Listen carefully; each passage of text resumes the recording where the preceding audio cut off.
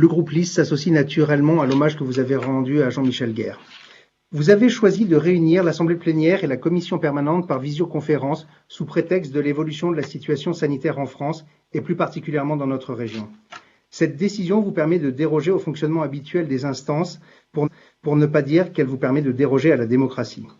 Différentes propositions vous ont été faites en conférence des présidents, en demi-jauge jusqu'à la présence d'un représentant par groupe à la région. Toutes ont été balayées d'un revers de main. Le fonctionnement exceptionnel est en train de devenir la règle. Mais pour quelle raison? Le rapport sur l'analyse de l'activité hospitalière en 2020, produit par l'Agence technique de l'information sur l'hospitalisation, est très clair.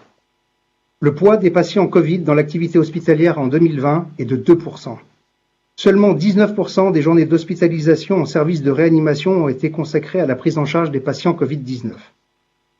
On peut débattre de tout sauf des chiffres, nous assène la propagande gouvernementale. La mercatique d'un cabinet de communication transpirant derrière ce slogan.